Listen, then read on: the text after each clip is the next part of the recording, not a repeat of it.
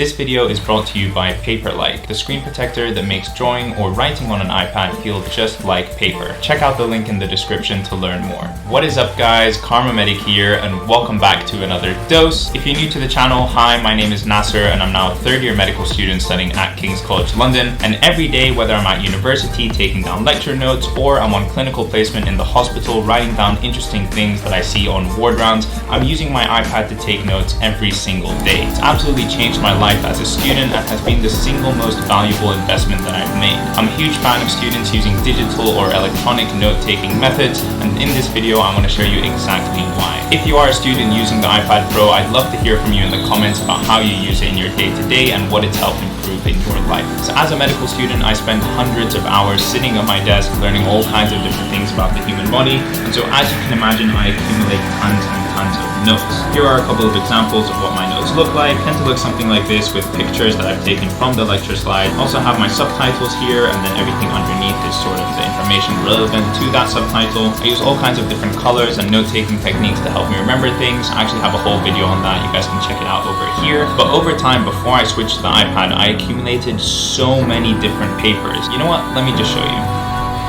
These are all the notes that I wrote during my university years at the University of Toronto. So this is my first year of medical school, and then these are all the notes that I wrote when studying for the MCAT.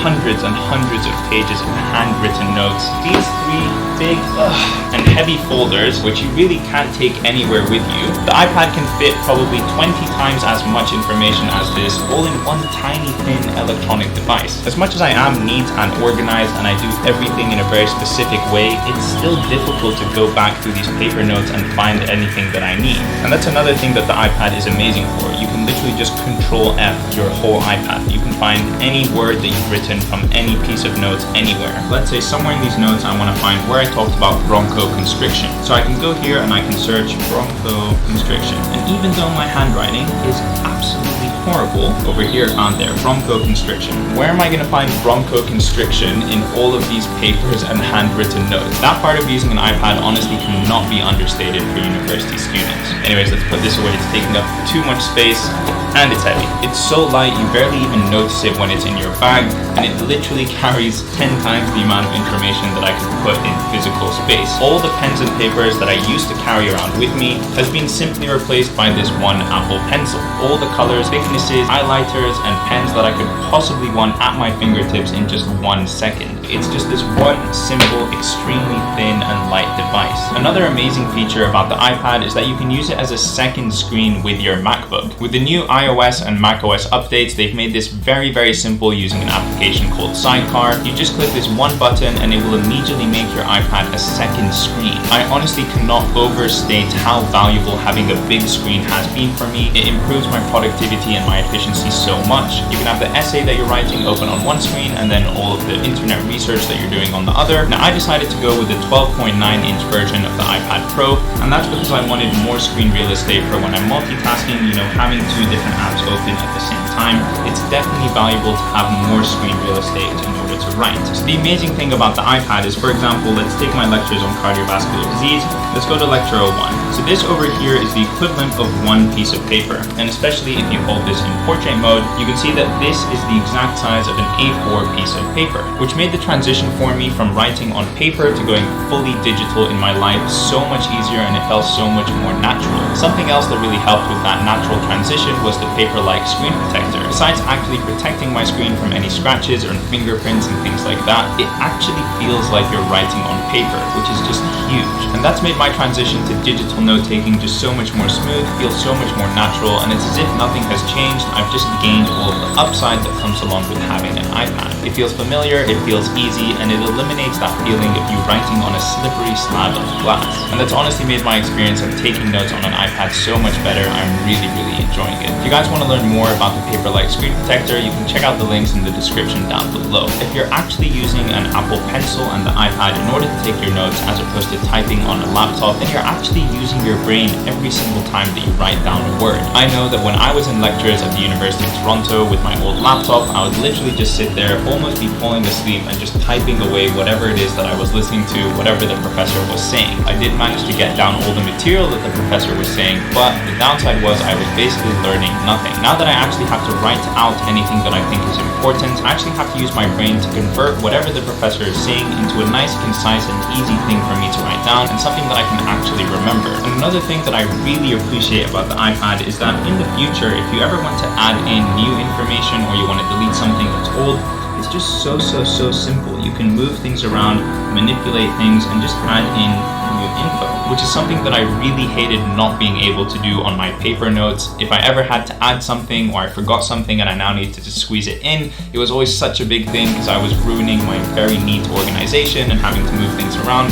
So this is just a very big point for me. Now we can't talk about the iPad without talking about the apps. So obviously not only do you get this device that's amazing for taking your notes, organizing everything in your life, but you also have the App Store. Now as a medical student, one of the apps that I use the most is C3D for Anatomy, which is an anatomy app that allows you to see the human body in 3D. You can manipulate the body, zoom in, click on different bones, objects, and structures, and learn more about them, and it's just an incredibly useful app. On top of that, obviously there's millions of other apps. I use Quizlet for my flashcards, I use Kharma Medic in order to prepare for my objective structured clinical exams or OSCEs. You know, there's all kinds of apps that you can use in order to help you study, in order to improve your efficiency while studying. It's not just something that you use to write on and take notes. It has a lot of other benefits as well. Now, one of the biggest advantages of having an iPad is simply the organization and decluttering ability that it grants you. So for example, in this note-taking app called Notability, over here on the left, I have all kinds of different dividers, and within them, all kinds of different subjects. As you can see, they're neatly organized by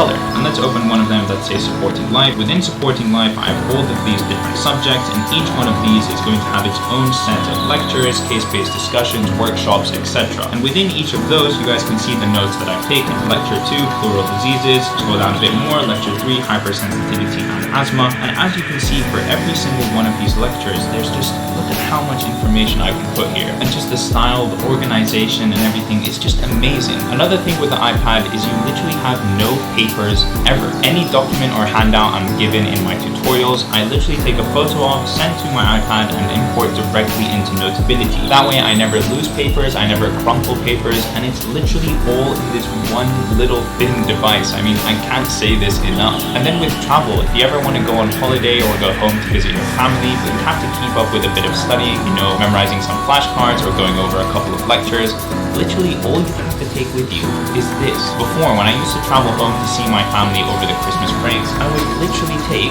2 or 3 of these and revise from them. Even though I'm such an organized person, and trust me, I keep everything filed very well, this is still much less organized than my iPad, and this is much more difficult to look through and find the information that I really want. So it's also just amazing for travel. Another amazing thing about the iPad is that I know that I will never ever lose my work. The note-taking app that I use, Notability, which you can watch an entire video on over here, I have on my iPad, on my MacBook, and on my iPhone. All of my notes will forever be stored online. I will literally never ever lose them. And if I want to access my notes anywhere in the world on any device, I can simply do that through OneDrive. So not only are all of my notes in one little thin device, but I can literally take them with me anywhere that I want, and I can access them from anywhere that I want. Back in the University of Toronto, 2 weeks before my final exam in 3rd year, I realized that I had lost one of these little paper bundles that I had made over the course of that year. And it was honestly so devastating. Those notes were gone forever, and I had to literally relearn and restudy so much material because I couldn't go over it quickly using my notes. It was a horrible experience, and to know that that will never ever happen with something like my iPad is just very